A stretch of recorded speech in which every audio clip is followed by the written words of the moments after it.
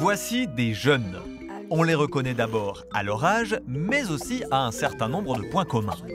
Prenons François, 23 ans, bientôt diplômé en génie électrique, et toujours chez ses parents. François termine un stage de 5 mois, 436 € net par mois, sans cotisation sociale.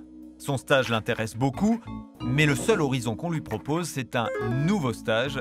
D'emploi, il n'est pas question. Pas d'emploi non plus pour Elsa, qui cherche depuis sa sortie de l'université. Comme elle n'a jamais travaillé, elle n'a pas le droit au chômage, et comme elle n'a pas 25 ans, elle n'a pas le droit au RSA. Heureusement, elle a aussi des parents. Karim, lui, a du boulot. Enfin, des morceaux de boulot. Il enchaîne un 4e CDD de 20 heures par semaine dans un supermarché.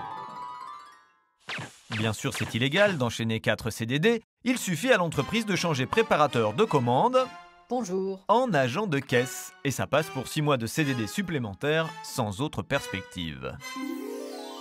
Paul, lui, est content. Après 2 ans de galère, il vient de décrocher un emploi d'avenir. Il encadre des ateliers d'escalade dans une association. Il est content, même s'il sait que ça reste un CDD et qu'on l'a pris aussi parce qu'il coûtait moins cher que les autres du fait des aides de l'État. Enfin, voici Léa, une sorte d'exception.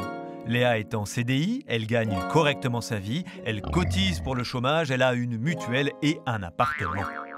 Quand elle regarde ses amis, elle se dit qu'avant de dire aux jeunes de travailler plus longtemps pour la retraite, il faudrait d'abord qu'ils puissent travailler maintenant et pour cela qu'ils puissent être aidés en matière de formation, de logement, de transport, qui sont les clés de l'accès à l'emploi et à l'autonomie.